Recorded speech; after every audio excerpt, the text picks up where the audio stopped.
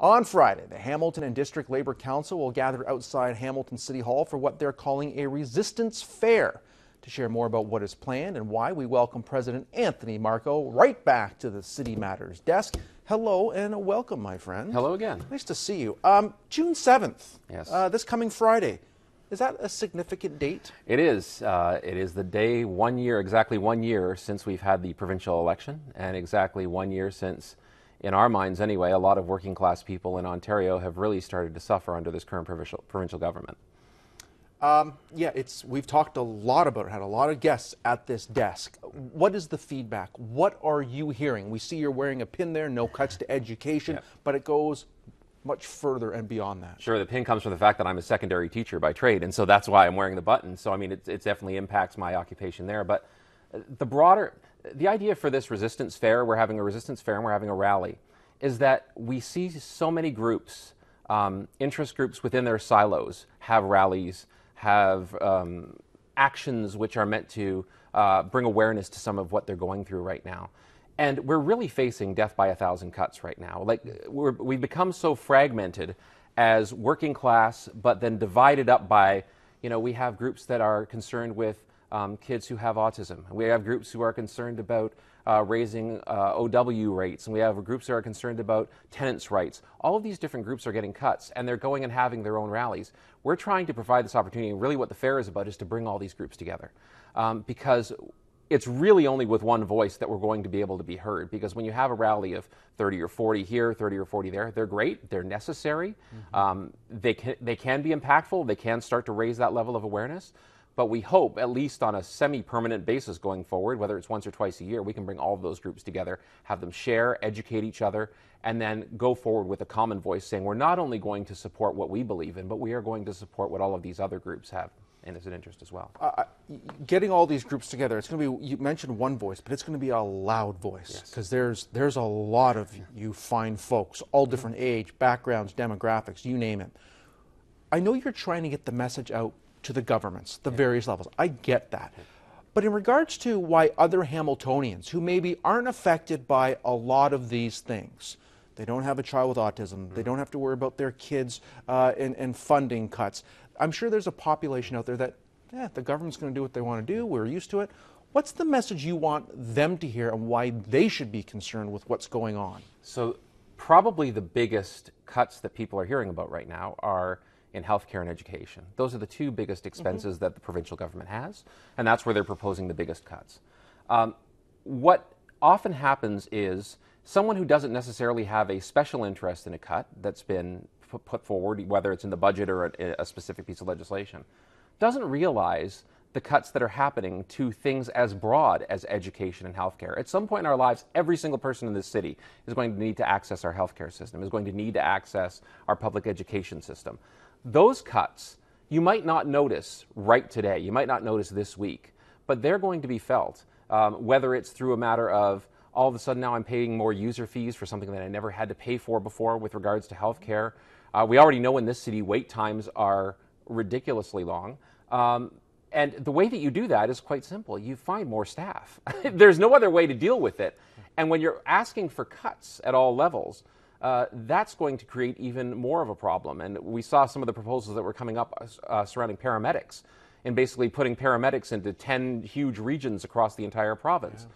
That's going to have a major impact. With regards to education, every single kid's class size at the secondary level is going to be increased probably by 10 to 15 to 20% next year.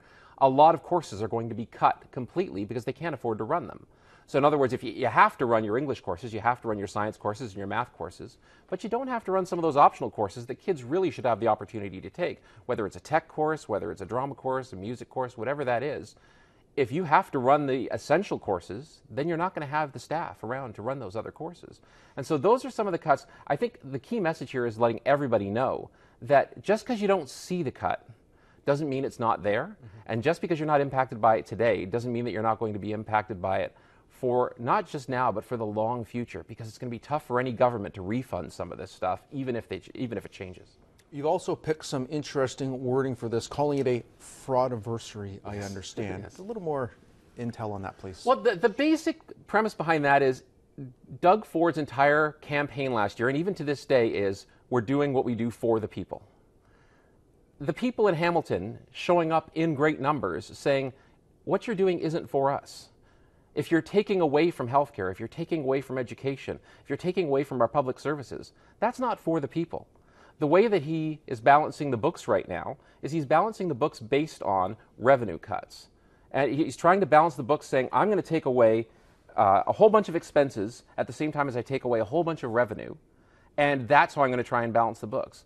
The trouble is the revenue cuts aren't coming to tax cuts for everyday people. They're tax cuts for large corporations. And when those tax cuts happen, we end up paying more. Ultimately, they might not be called a tax, but it might be something else. It might be, like I said earlier, user fees. So to say that he's doing what he's doing for the people, I haven't seen many people. And admittedly, in social media these days, we all live in our silos, and we certainly have the validation that's happening and all that. But I've talked with a lot of people across the city, whether I'm out at street festivals, whether I'm walking down the street, and at some level, even if people voted for Ford, many of them at this point are saying, but I didn't expect he was going to do this. I didn't want him to do this. I never thought he would do this. So the reason we're calling it a fraudiversary is because he said he's doing it for the people, and evidently he's not doing it for the people. Did you go to social media this week? Did you see the little mini commercials the PCs were putting out with going into a liquor store, or a corner store, yes, I should say? Yes. What'd you think of those? Those are bothersome because the beer store and the LCBO are both corporations which make a ton of money for the government of Ontario. Even though they're contracted out, they make a ton of money for the government of Ontario. They provide good jobs. Mm-hmm. Every other place in Canada where they have privatized beer and liquor sales, prices have gone up. I saw a couple posts today where like a 6-pack in Saskatchewan costs like $17 or something like that. Like, I mean, so yes, I mean, is there an attraction to being able to walk into somewhere at 1 in the morning and buying a 6-pack? Maybe, I suppose, but most beer stores now in this city are open until 11 p.m. I mean, you can find them open many times a day. And bars are open till what, 2, even 3 maybe? I don't know. It's been a long time since I've been to a bar. Exactly. And so it's scary that when you find things that are working, the beer store works. The LCBO works. It might not work for everybody, but it generates a ton of revenue for this government. And by cutting that, now you're going to cut another revenue stream, which when you complain about, oh, our deficit, that's one more thing that contributes to it. And that's a scary thing. Like when I said earlier, death by 1,000 cuts, these are a couple of really, really big ones that are coming up. Yeah. And they're almost, these are institutions in this province. And the other thing that's been talked to, and we won't stick on this, but Marvin Ryder talked about it, you hear it on the news, is the wonderful recycling program that the beer store has put in place too. Yeah. Where does all that go? What happens? For sure. How does it affect our environment, which is a whole nother layer then? Yes. Well, I mean, and you have to think about it from this perspective too, that if you are a corner store operator and it is going to cost you labor costs, time, energy, the odds are you're not going to do it. Yeah. Especially if it's a family-run business and you've only got a couple of minutes a day to do something like that. So this is just one of many messages that you want to get out this Friday, June 7th, 5:30 at the City Hall forecourt there? City Hall. So 3:30 for the Resistance Fair, where we have community groups coming out. Okay. And sharing their information, then 5:30 for the rally. What specific groups are coming out? I think you've touched on a couple. So yes, so we've touched on a couple, but so what we will also have is advocates for healthcare. So there's the Hamilton Health Coalition is going to be coming out. Environment Hamilton is going to be coming out. Because, I mean, we've heard all the way back to when this government first got elected, some of the attacks that were happening against the Green Belt, and some of them have been a little bit more surreptitious as well. That's the thing when you have a bill like the budget bill, which just came out over the past couple of months. It was an omnibus bill, and there was hundreds and hundreds of things in there, and people don't realize sometimes some of the things are still happening. We're going to have representatives from the building trades out there, too, because we have a vote coming up at City Council coming up soon as to whether to break the contract with the building trades in order for the carpenters, for instance, have a contract with the City of Hamilton to build for the City of Hamilton. Basically, the government is saying, we are going to pass legislation which gives you the right to break that contract. There's going to be a constitutional challenge on that, no matter what happens. And ultimately, it's happened with the teachers before when we had Bill 115 a few years ago. The Liberals tried to take away our bargaining rights. Mm-hmm. We had a constitutional challenge, and we won. Again, the voice has to be said. Squeaky wheel gets the grease. Yeah. We know a number of the groups that are coming out. Have you reached out to any local politicians at various levels of government to come out? We haven't. We certainly let them know that it's happening, but this isn't meant to be a partisan activity, other than the fact that we've got a government right now who seems to be holding up the party flag. So, I mean, we are against the actions of this government. Mm-hmm. If this government was truly doing things for the people of Hamilton, and we're listening to some of the concerns, then we believe that they wouldn't be taking the actions they are. So is it going to look partisan? Sure, because ultimately it's going to be against a leader who's trying to take these actions against working class people. But we're not necessarily saying we want this politician or this politician or this politician to show up. We want everyone to listen. This is about people putting down party colors and saying, as working class people in Hamilton, we are being impacted by this, and we need to stand up together, and we need to stand up with a voice. So I find this very interesting because I think majority of us who go out and vote, we feel either, I don't know, let's use the word shafted. We feel like we've been lied to, whatever the case might be. How can we go out during the next election, and there's a federal election coming up. Yeah. How are we supposed to go out in October, whenever it's going to be called for, and make sure we're making the right decision, knowing that we're not being lied to? And you know what? I know that's the age-old question. Look into my silver ball, you're going to want to say, Mike, and say, you tell me. But it's so difficult for voters nowadays. And I know a lot of politicians. Some of them are my friends. But it does seem like they're talking out of both sides of their mouth, however they want to spin it. What do we do? It's very tough because, I mean, let's face it. In Hamilton, there are a lot of, we certainly have a high degree of poverty in Hamilton, but we also have a lot of people in Hamilton who live with an incredible amount of privilege as well. And sometimes when you're comfortable, there's got to be a breaking point. When you live day to day in comfort and you can get by, a lot of people don't think about, well, you know, I need to go out and be an activist, or I need to go out and protest, or I need to go out to a rally. They're just saying, I want to get by, and if I can get by. And for a lot of people, I think they're getting closer and closer to that breaking point where they can't get by. And that's when I think people start to need to inform themselves of some of these claims that are being made. For instance, when I take it, you mentioned the federal election. If you remember, 3.5 years ago, Prime Minister Trudeau said, we will not have another federal election under the first past the post system. He said that over 100 times in that campaign. And yet when we come to this federal election this year, what are we going to have? First past the post system. So, I mean, that was at the very basic level. Every party is going to say something that they can't live up to. That's why a couple minutes ago I was saying, let's get past the partisan politics for a little bit.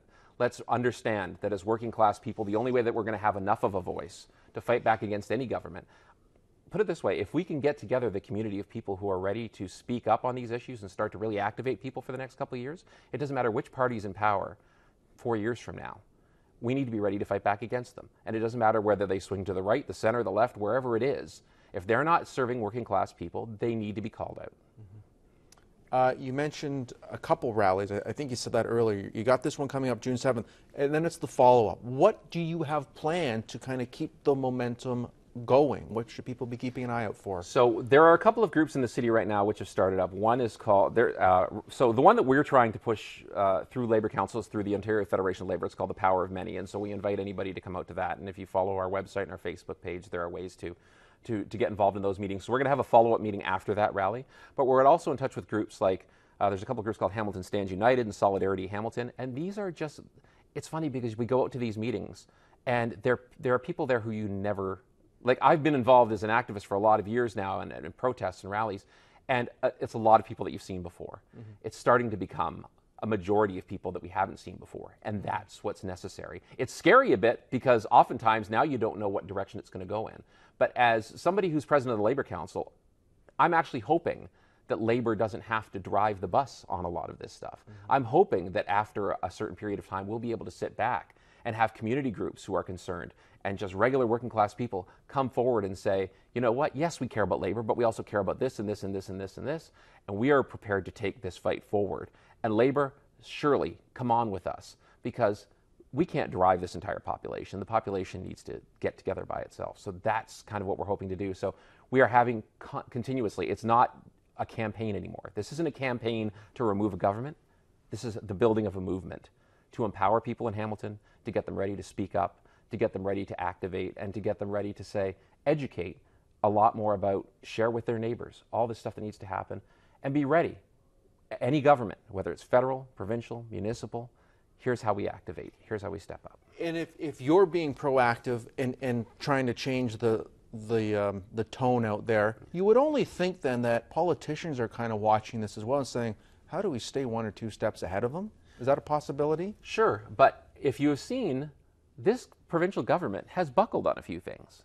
There have been several announcements that they've made, and as soon as the volume gets up high enough, and as soon as the pressure gets up high enough, all of a sudden we've seen a couple things that get scaled back. Now, how long can you trust that for? I don't know. And I think some people are also, there's a bit of a blend, and I think there's a bit of misunderstanding out there to people that don't follow politics. Because yes, we have the federal election coming up, but I have talked to a couple candidates who are running, knocking on doors, and they're getting hammered with provincial questions as opposed to federal questions. So we've also heard, well, the provincial government is rolling back some of their, what they've decided to do, but don't be fooled, because as soon as this federal election's over, it's going to come right back in again. They're just delaying and pausing things. We've heard that. For sure, and I'm sure you could talk to many city councilors who get calls about provincial and federal issues. Oh, I mean, hands down. A lot of people, education needs to happen. The civics education that we give our grade 10s in high schools these days needs to happen on a sustained level throughout people's lives. I mean, a lot of people couldn't tell you who their MP is, who their MPP is, or who their city councilor is. They don't even know, and that's a scary proposition. And I guess I know, I'm joking here, but I know we can't go to the current Ontario Premier and say, hey, can you kind of put some political courses in place so our students know what to talk about? But it is very confusing, and I think it's the responsibility of the parents or caregivers to talk to their kids about, here's how government works. So then when they do decide they want to become an activist, they want to be part of something, they really know what they're talking about. And also, for sure, but also that's going to be harder and harder to do with less staff in the high schools these days. I can tell you that much as well. I have to ask, no cuts to education. How are you looking going into September? So, I mean, personally, I've been teaching for 21 years now. So you're on the safe zone. So I'm in the safe zone, but I will tell you this much. Because there hasn't been a lot of hiring over the past 7 or 8 years, really the past decade, because in our board we've had compression, we've had decreasing enrollment. My estimate is that by the end of these next 4 years, with the proposed cuts that we have heard, 25% of these secondary public teachers in this city will be gone, all the way up to 14 years seniority on the seniority list. Wow. We got to get going quickly though. Back in the day, it was in the 90s, they had the days of action. Yes. Is what you're doing, is that kind of mimicking that, or are we looking at something a little different here, Anthony?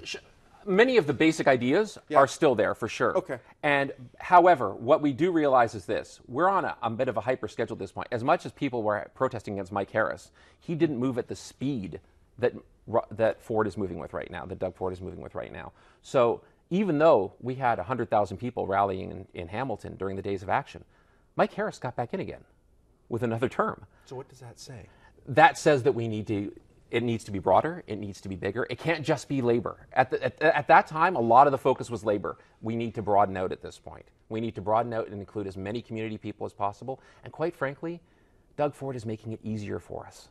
By the cuts he's making, it's making it harder on the average person, but it's making it easier to rally people up. Because originally we thought maybe we're going to lose, a couple teachers here, a couple teachers here. When we find out we're losing 100 teachers, that really riles people up, and the cuts are way over the top, and it helps. Is this going to be going beyond Hamilton? Are you looking bigger, broader for this one specifically, or is this just Hamilton-centric, this one? So this rally specifically, we have some people coming in from other areas as well, but they are happening all around the province on that day. They are, okay. Yes. So through the OFL, they're happening all around the province, and if you go to the OFL.ca, you can find out, if you don't live in Hamilton, you can find out a local one. After the rally, very quickly, going into summer, what are some things you got planned that we can look for the Labour Council? Well, I mean, summer for us is always gearing up for Labor Day. I mean, Labor Day is going to be a big push this year. And we've been talking about one of the key themes that we are going to probably be focusing on this year for Labor Day is United Against Racism. We know that with the federal election coming up, there is a lot of partisan talk with regards to the racialization of this election is going to be huge. We know that that's going to happen. And so we want to come out right off the top and say, you know what, one of the key things, you can talk about whatever issue you want to, but if you're not willing to look at it through a racialized lens and through an oppression lens, we've got a serious problem electing any government that's going to talk in those terms. Lots of different lenses to keep your eyes and ears open, and man, oh man, the discussion is open, and that's what I really enjoy about having you come in here. Thank you so much, as always. Continued success, okay? Thank you. Up next, Hamilton, we'll learn how the Hamilton Anti-Trafficking Coalition Toolkit is assisting frontline agencies who are supporting victims of human trafficking right here in Hamilton.